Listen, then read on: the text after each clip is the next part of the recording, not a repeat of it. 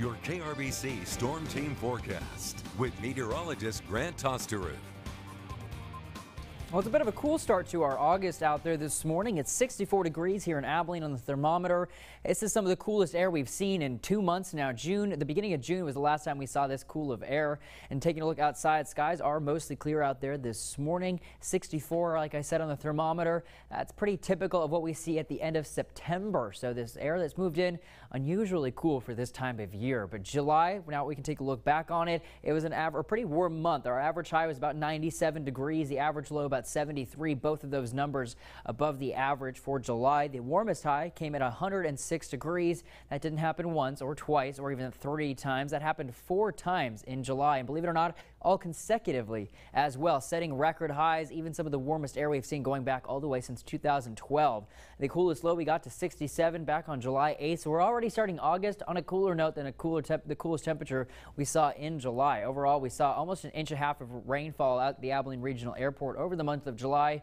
And that's pretty good. We only are about 1/2 inch shy on the month. Overall in the year, we're still pretty below average, though, unfortunately. Taking a look back at the entire month on our afternoon highs, you can see a lot of red out there. That's above average days. A lot of days in the month of July were above average. In fact, 10 of those were 100-degree days. You can see that 4-day stretch of 106s starting Thursday on the 19th, lasting all the way till Sunday on the 22nd. 2 of those, but Saturday and Sunday, both set record highs. And we even tied a record high on last Sunday, coming in at 103 degrees. Then that cold front really came in, dropping us into the mid-80s on Monday to begin this week, adding to those below average days. Only 2 of the days over the course of July were right at average where they should be. Overall, the month ended about 2.1 degrees above average. Doesn't even rank it in the top 10 hottest months, thanks to some of those really cool days we had. Now, as we start August, temperatures will be on their way up again.